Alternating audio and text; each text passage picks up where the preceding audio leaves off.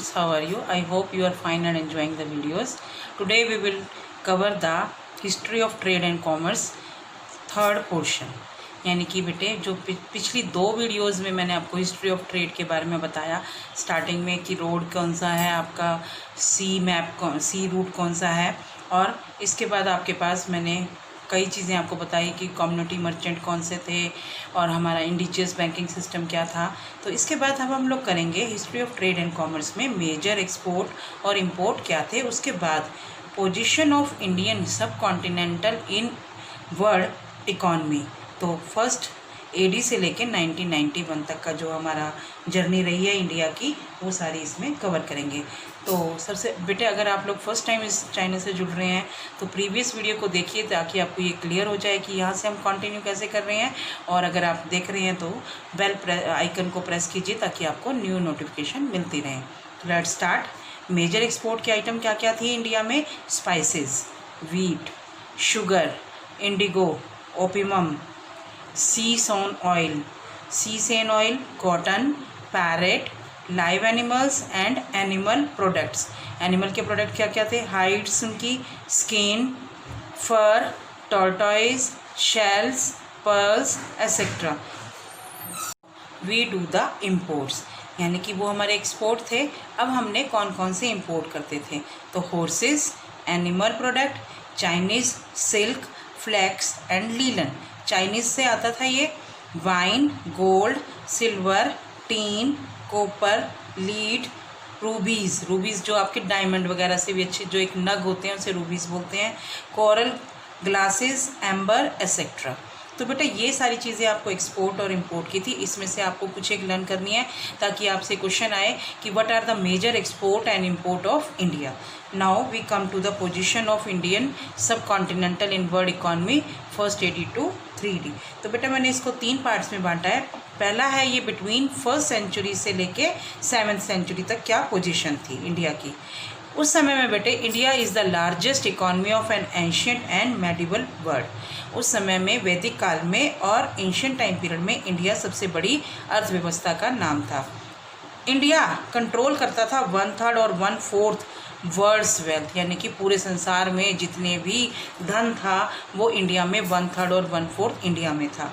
India known as स्वर्ण भूमि and और Swarnadweep by many travellers. जो यहाँ पर यात्रा करने के लिए लोग आते थे वो इंडिया को स्वर्ण भूमि या स्वर्णद्वीप के नाम से जानते थे, जैसे मेगास्थनीस फैक्सियन जो कि फाहेन चीन से थे, एक्स हुआ जैन हुआ तीसांग एसेट्रा। तो ये यात्री आए थे भारत की खोज करने के लिए, तो उन्होंने ही भारत को बहुत अच्छी तरीके से व्यक्त किया था, बताया था। नेक्स्ट मैंने जो पीरियड लिया है वो है pre colonial period. Indian history was an age of prosperity that. India की जो हिस्ट्री थी वो प्रॉस्पेरिटी थी। मैंने अभी ऊपर बताया कि ये 1/3 या 1/4 पूरे संसार की वेल्थ को रखता था। तो जिससे क्या होता था कि वाई यूरोपियन एम्बार्क, जो यूरोपियन कंट्रीज़ के लोग थे वो इसकी डिस्कवरी के लिए आते थे, यहाँ पर खोजने के लिए। But they came to plunder का मतलब वो लूट करने के लिए। But soon realize the reward of trade. Revise the मतलब आते तो वो लूट करने के लिए थे, लेकिन जल्दी ही उनको व्यापार के बदले में गोल्ड और सिल्वर मिलने लग गया था, जिससे कि ग्रोइंग सेक्टर ग्रो होने लगा था। यानी कि आते वो गलत इरादे से थे, लेकिन यहाँ पर उनको अपने ही प्रोडक्ट के सही दाम मिलते थे और उनको ट्रेड कमर्शियल ग्रोइंग सेक्टर बन गया था। But in 18th century India far behind western Europe.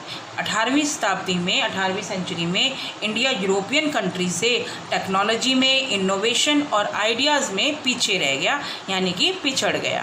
Now increasing control of east India, यानी कि वो यूरोपियन कंट्री से पिछड़ने के बाद उसका कंट्रोल भी बढ़ गया।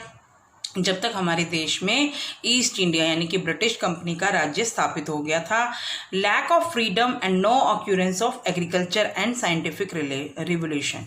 जब ब्रिटिश राज्य का यहाँ पर हमारे कंट्री पर हो गए थे तो हमारे पास ना तो यहाँ पे साइंटिफिक रिवोल्यूशन थे, ना ही उन्होंने हमारी एग्रीकल्चर के लिए किया।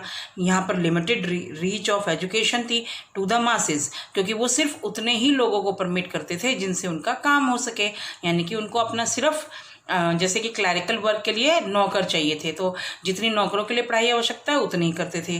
पॉपुलेशन ग्रोथ ज़्यादा हो रही थी, लेकिन मशीन और लोग उस समय में मशीन से बने हुए प्रोडक्ट को पसंद करने लगे थे, जबकि हाथ बने हुए से इंडिया में मैक्सिमम जो वो प्रोडक्ट बनते थे वो हाथ से बनाते थे, लेकिन जो ब्रिटिश से प्रोडक्ट आते थे वो मशीन से। तो एक तरह से क्या हुआ बच्चों कि ब्रिटिश वालों को यहाँ पर फाइनल प्रोडक्ट बेचने के लिए मार्केट हो गई और यहाँ से वो रॉ मटेरियल करते थे।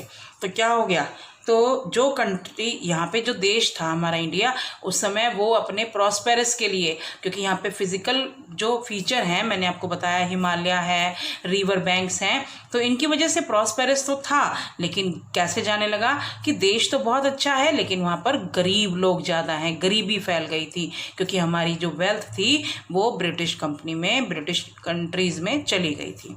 Now the last mid 18th century में the British empire began to take root in the India. उन्होंने अपनी जड़ें जमा ली थी।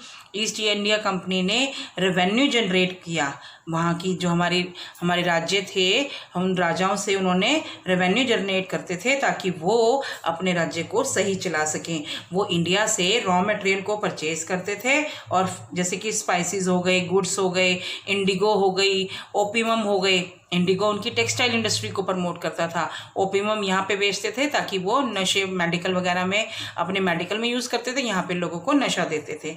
तो फिर क्या हो गया, continuous flow of wealth, continuously wealth flow होने लगी from India to British country. Now the condition of Indian economy from being an exporter of proceed goods to the exporter of raw material. अब क्या हो गया, पहले वो number 1 exporter था, लेकिन अब वो इंपोर्टर बन गया। एक्सपोर्टर किसका बना, सिर्फ रॉ मटेरियल का, कच्चे माल का। एक तरह से ब्रिटिश के लिए वो ऐसी कंट्री बन गया था जहाँ से वो सस्ते दामों पर रॉ मटेरियल ले जा सकें और फाइनल प्रोडक्ट को बेच सकें। बट जब उनकी एक टैक्स पॉलिसी भी डिफरेंट थी, यहाँ पर जब वो रॉ मटेरियल को इंपोर्ट करते थे तो टैक्स फ्री करते थे, लेकिन जब वो फाइनल गुड यहाँ पे अपने बने हुए प्रोडक्ट को लेके आते थे तो यहाँ पर वो टैक्स को चार्ज करते थे। इस तरह से ब्रिटिश कंपनी ने हमारी रूट्स को कमज़ोर कर दिया। अब जो लास्ट में आपका री इंडस्ट्रियलाइजेशन है 1991 में, जब हमें 1947 में आज़ादी मिली तो उसकी हमारे पास इंडस्ट्रियलाइजेशन नहीं थी, एग्रीकल्चर भी लो ब्लिक कर रहा था, क्योंकि यहाँ पे हमारे लिए उन्होंने कुछ किया ही नहीं, उन्होंने जस्ट अपने बेनिफिट के लिए किया था। ठीक है, तो उसके बाद 1991 में हमारे पास इकोनॉमिक रिफॉर्म्स लिए गए, जहाँ पर आप लोगों के इंडस्ट्रीज़ के बारे में सोचा गया, और 2014 में मेक इन इंडिया जो प्रधानमंत्री मोदी जी ने दिया नारा, कि जिसमें आप लोग अपने लिए अपनी इंडस्ट्रियलाइजेशन को ग्रोथ कर सकते हैं, तो उन्होंने 25 सेक्टर ऐसे बताए गए हैं जहां पर आप इन्वेस्ट किया और री इंडस्ट्रियलाइजेशन हो गया।